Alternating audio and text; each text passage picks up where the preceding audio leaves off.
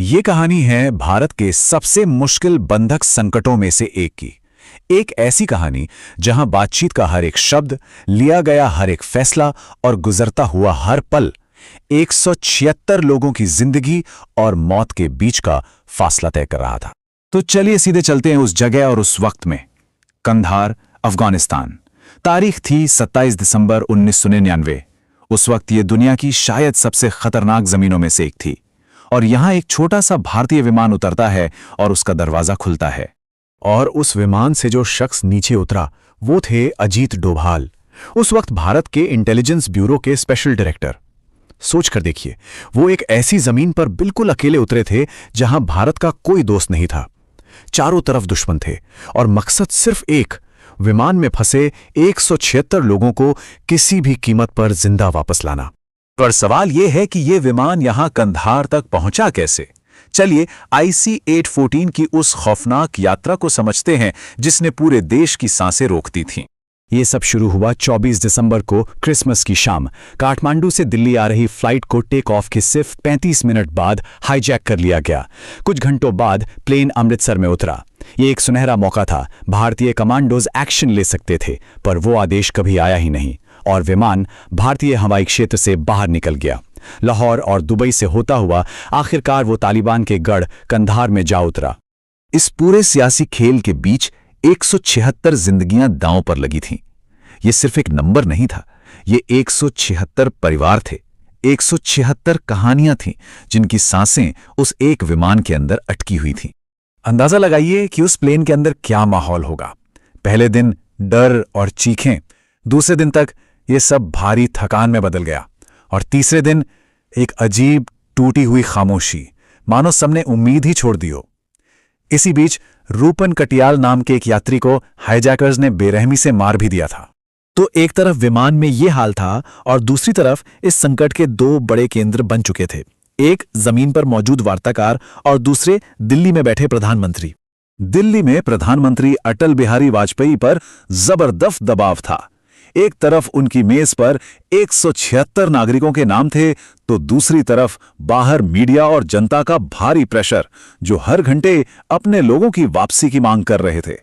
और कंधार में भारतीय टीम के सामने सबसे बड़ी मुश्किल थी तालिबान, जो एक डबल गेम खेल रहा था। उन्होंने ना तो हाईजैकर्स को रोकने की कोशिश की और ना ही भारत की मदद की। उन्होंने बस 176 लोगों की जिंदगी को एक सियासी शतरंज की बिसात पर मोहरों की तरह इस्तेमाल किया। और इसी दुश्मन जमीन पर शुरू हुआ एक वॉर ऑफ नर्व्स, मतलब दिमागी तौर पर थका देने वाला एक मनोवैज्ञानिक युद्ध, जहां हर शब्द की कीमत थी।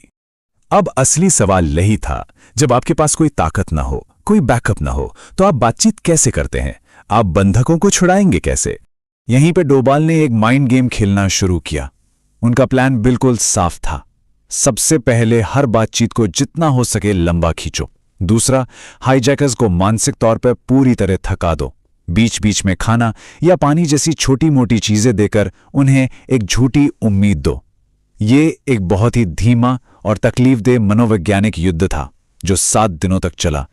और डोभाल की यह रणनीति काम भी कर रही थी। सोचिए, $200 मिलियन की मांग जीरो हो गई।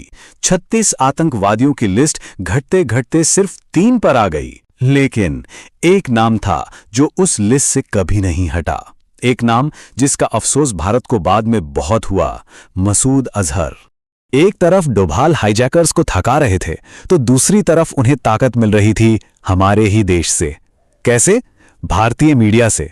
हाईजैकर्स को भारतीय टीवी चैनलों से पल पल की खबरें मिल रही थीं। उन्हें पता था कि भारत सरकार पर कितना दबाव है और वो इस दबाव का इस्तेमाल डोभाल के खिलाफ एक हथियार की तरह कर रहे थे। और फिर वो पल आया जब ये संकट अपने चरम पर पहुंच गया और भारत सरकार को एक ऐसा फैसला लेना पड़ा जो कोई नहीं लेना चाहता था। प्रधानमंत्री के सामने 2 रास्ते थे और सच कहें तो दोनों ही गलत थे।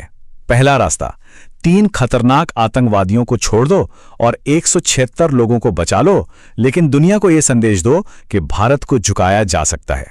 दूसरा रास्ता, आतंकवादियों के आगे मत झुको, लेकिन 176 लोगों की जान को खतरे में डाल दो। ये एक ऐसा चुनाव था जिसमें जीत किसी भी हालत में नहीं होनी थी। 31 दिसंबर को आखिरकार फैसला ले लिया गया। प्रधानमंत्री वाजपेयी ने अपनी कैबिनेट से सिर्फ इतना कहा, हमारे पास कोई रास्ता नहीं है। ये शब्द उस बेबसी को बयां कर रहे थे जो सत्ता के शिखर पर महसूस की जा रही थी। फैसला हो चुका था। यात्री आजाद हो गए। कहानी खत्म? नहीं, कहानी तो अब शुरू हुई थी। उस आजादी की कीमत चुकाने की कहानी। नए साल का पहला दिन था। 176 लोग अपने घर लौट आए। हाईजैकिंग खत्म हो गई, लेकिन उन्हीं के साथ एक और शख्स आजाद हुआ था, मसूद अजहर।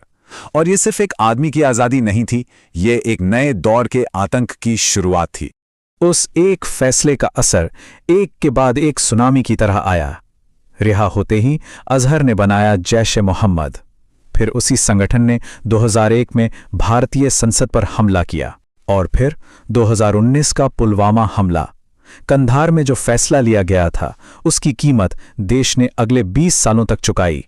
यात्री आजाद तो हो गए थे, पर उनके अंदर का डर नहीं। अजीत डोभाल ने बाद में किस्सा सुनाया। जब उन्होंने रिहा हुए यात्रियों से जय हिंद बोलने के लिए कहा तो किसी ने कोई जवाब नहीं दिया, खामोशी थी। वो लोग अंदर से इतना ज्यादा डर चुके थे। तो ये कहानी हमें एक बहुत ही मुश्किल सवाल के साथ छोड़ जाती है। जब आपके सामने कोई भी अच्छा विकल्प ना हो, जब हर रास्ता गलत लगे, तो किसी देश की असली ताकत किस चीज से मापी जाती है? एक मुश्किल फैसला लेने से, या फिर उस फैसले के नतीजों को झेलने से? इसका जवाब शायद आज भी किसी के पास नहीं है।